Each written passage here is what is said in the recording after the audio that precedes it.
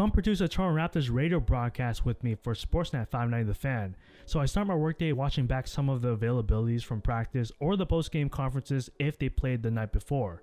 I'll listen in and choose any parts of it I want to replay on the broadcast. I'll use a clip or two to begin the show as our launch clip.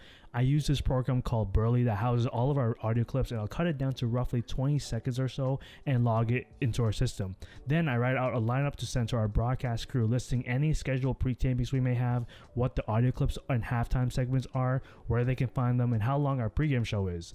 After that, it's time to pack up and take a little trip on the good old Toronto transit system and head down to Scotiabank Arena. Tonight is a special game because it'll be on national TV in the US against Kyle Lowry, who's arguably the greatest Raptor of all time.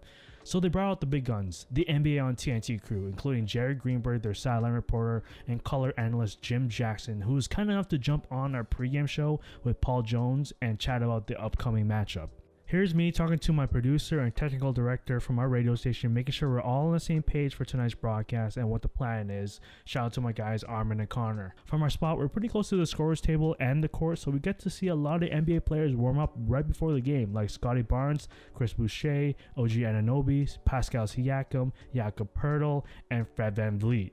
Here's Eric Smith, our radio play-by-play voice, beside our on-site engineer Stephen Coyle, and Eric is actually calling his 1000th career regular season game for the station, so I gotta give a shout out to him. Congrats, E. Before I grab some food before the game and head upstairs to where I'll watch it, I caught up with the Raptors show's very own Alex Wong, freelance writers Orrin Weisfeld and Vivek Jacob, and here's the view of where I'm sitting. I'm in one of the media gondola booths in the 600 levels. Not too bad of a view. Also, we got Toronto Stars' very own Liban Osman and Sportsnet Savannah Hamilton hanging out with us.